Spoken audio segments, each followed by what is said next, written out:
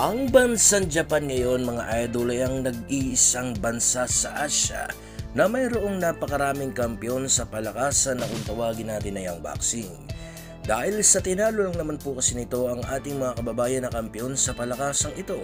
Kaya naman ay dahil dito ay napag-iwanan na po ng husto ang ating bansa na noon po ay nangunguna dito sa Asia.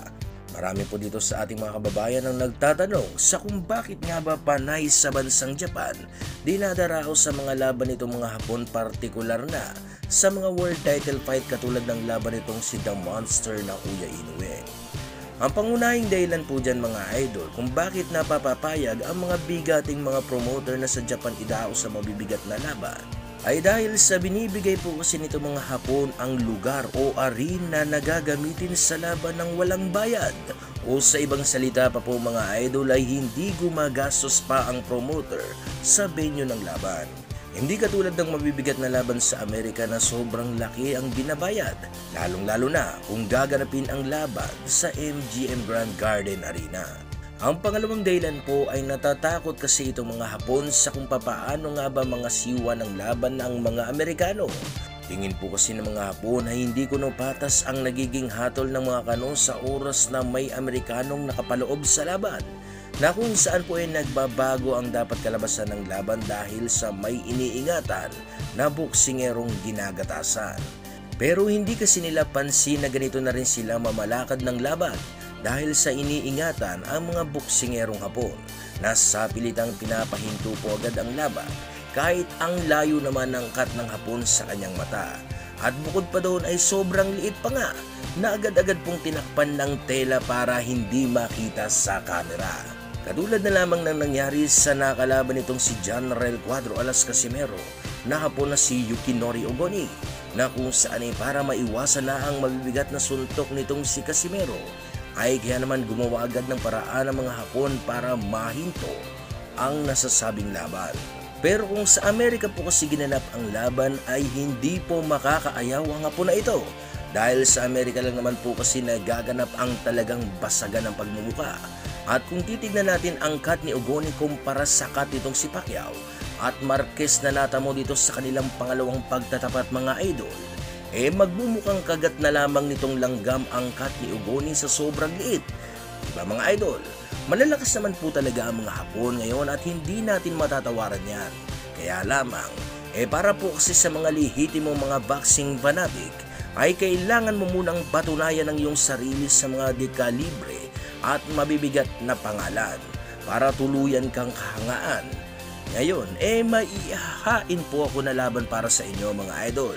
At ito na nga ay ang bakbakang General Casimero at Yukinori Ogoni, na kung saan ay nangyari ang pag-ayaw ng Hapon dahil sa maliit na cut na natamo dito sa kanyang ulo.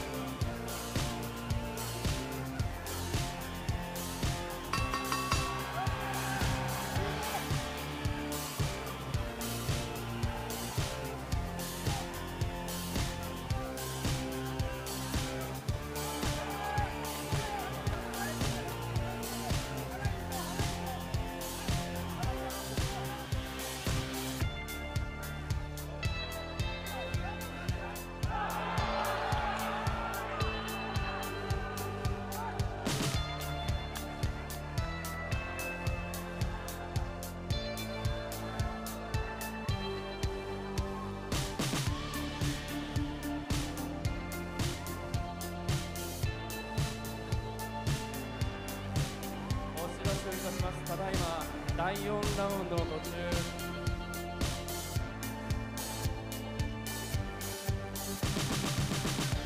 この試合の負傷判定タイムは4ラウンド27秒、4ラウンド27秒、負傷引き分けでございます。